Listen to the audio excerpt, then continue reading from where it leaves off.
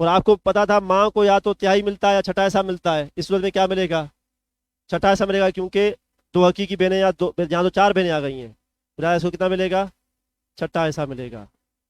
اب جو ابھی آپ کو قواعد بتائے تھے کہ یہاں پر 1/4 بھی ہے، 2/3 بھی ہے، 1/3 بھی، 1/6، دوسرے گروہ سے 2/3، 1/3، 1/6، یہ تینوں جمع ہو گئے۔ پہلے گروہ سے کون آیا ہے؟ 1/4۔ تو 1/4 نے کیا بتایا تھا کہ جب میں دوسروں کے ساتھ جمع ہو جاؤں تو میں کیا مخرج بنواؤں گا؟ 12۔ لہذا اب یہ جو اس کونے پر مخرج لفظ لکھیں یا اصل مسئلہ، کیا لکھتے ہیں؟ بعض کتابوں میں اصل مسئلہ لکھا جاتا ہے، بعض مطلب میں مخرج کی، بھائی نکلنے کے، یعنی کہ ان کے حصے نکالنے کی جگہ کیا بنتی ہے۔ تو 1/4 قواعد کے مطابق یہ کہتا ہے کہ اب ہمارے حصے اگر نکالنے ہیں تو کم از کم جو عدد ہے وہ کون سا ہے؟ 12۔ یہ یاد رہے، 12 کا ڈبل 24، اسے بھی بن جائے گا کام، لیکن ہم نے کم از کم عدد رکھنا ہوتا ہے۔ تو قواعد کے مطابق یہاں مخرج کیا بنے گا؟ 12۔ اب 12 کا چوتھا حصہ کتنا بنے گا؟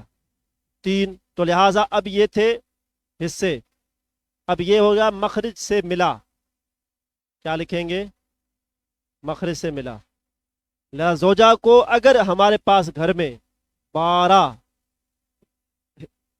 کروڑ ہیں یا لاکھ ہیں یا جو بھی یہ برات، تو 12 میں سے اس کو کتنا ملے گا؟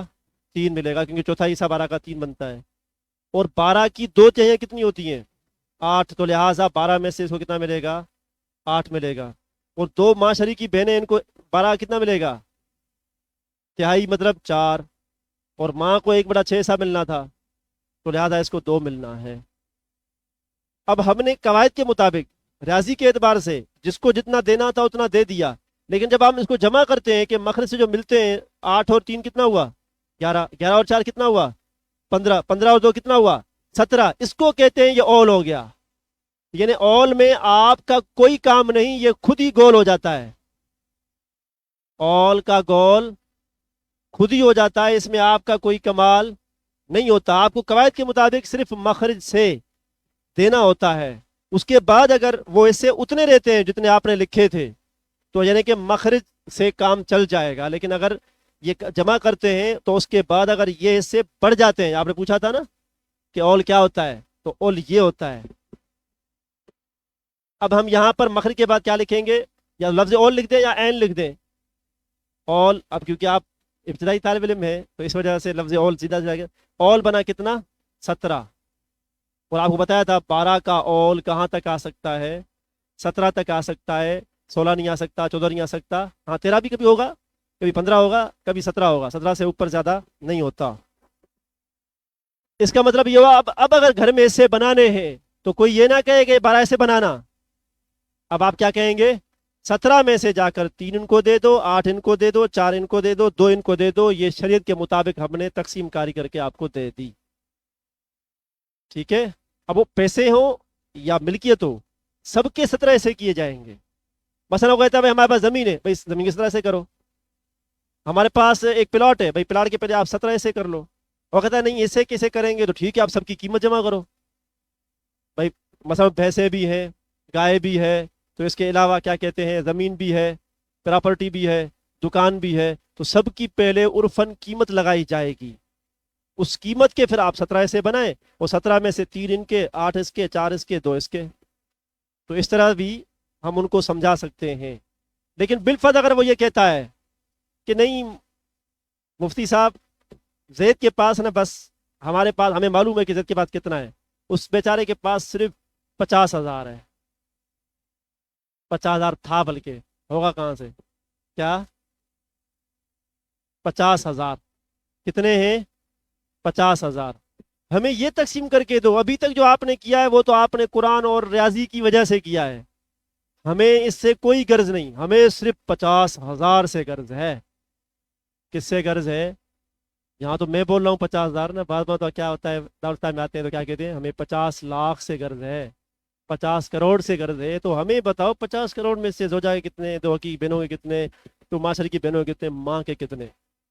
تو اس میں آپ کو ایک ٹرائی اینگل کیا یاد کرنا چاہیے، ہاں ٹرکنڈو جو کھچنا ہوں سندھی میں، ٹھیک ہے؟ اردو میں کیا کہتے ہیں اس کو؟ یہ تو انگلش ہے، ہاں اردو میں کیا کہتے ہیں؟ بھئی یہ کیا اس شکل کا کیا نام ہے؟ یہ چکور ہے، 3 کونوں والا سلس کہتے ہیں ویسے یہ تو، یعنی کہ مثلث، کیا کہتے ہیں؟ مثلث، کیا کہتے ہیں؟ اب یہ مثلث یاد کر لو، بعض مرتبہ یہ مخرج اور اول کی بھی ضرورت نہیں پڑتی، وہ دیکھیں گے انشاءاللہ کبھی زندگی میں جب آپ پڑھیں گے تفسیر کے ساتھ تو، لیکن ٹرائی اینگل کی ضرورت پڑتی ہے، یعنی مثلث کی ضرورت ضرور پڑتی ہے۔ کرنا کیا ہے، جتنے بھی مال وہ بتائے، وہ کہہ دے بھائی ہمارے پاس بھینسیں ہیں تو گائے ہے، بھائی سب کی قیمت لگواؤ پہ آپ لوگ، وہ تو لگ سکتی ہے ہاں، کیونکہ ہم ایسے کسے بتائیں گے کہ آپ بھینس کو کیا 17 ایسے میں کاٹو گے کیا، تو سیدھی بات اس کی قیمت بناؤ گے نا، قیمت بنوا لو ساروں کی، پھر ہمیں بتا دو، پھر ہم بتائیں گے آپ کو کہ قیمت کیسے تقسیم کاری ہوگی۔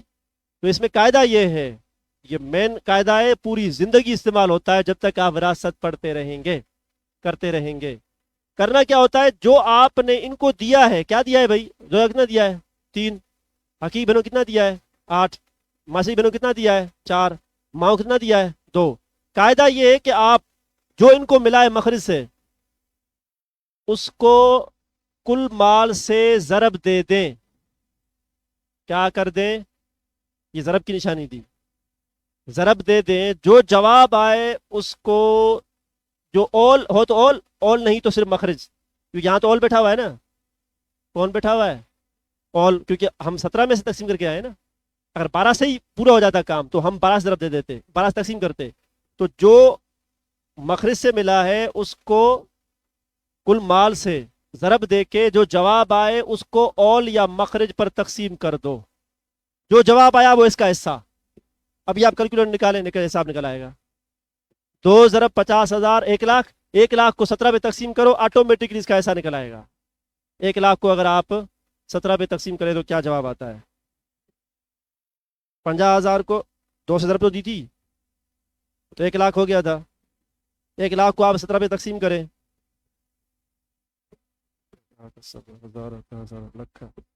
تقسیم 17، 5,882 روپے، کتنے، 5,882 روپے، 1,00,000 میں سے اس کا حصہ صرف اتنا بنتا ہے، ہاں 50,000 میں، صحیح ہے، 50,000 میں سے کتنا بنے گا، 5,882۔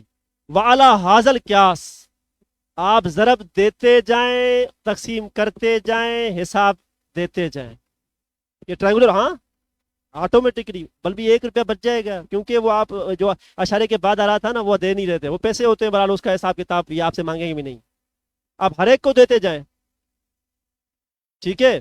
تو اب کرنا، یہ ٹرائنگولر بننا نا، یہ دیکھیں یہاں سے یہ اوپر جا رہا ہے، پھر یہ یہاں جا رہا ہے، پھر واپس یہاں پر آ رہا ہے، تو یہ ٹرائی اینگل بن جاتا ہے، یعنی جو نیچے ملا ہوا ہے یہ ہوتا ہے کس کا حصہ، یہ کیا ہوتا ہے، مخرج جو ملا حصہ ہوتا ہے، اس کو یہاں پر کیا دیتے ہیں، ضرب دیتے ہیں، اور یہاں کون بیٹھا ہوتا ہے، کل مال، اور یہاں پر کیا ہوتا ہے، مخرج یا اول، یا اور ایک اور چیز آتی ہے تسی، یہاں پر جو چیز ہوتی ہے وہاں پر کیا کرتے ہیں، تقسیم کاری، تو جب یہ ضرب ہو کر تقسیم کاری ہوتی ہے تو جو اب جواب آتا ہے وہ اس کا حصہ بن جاتا ہے۔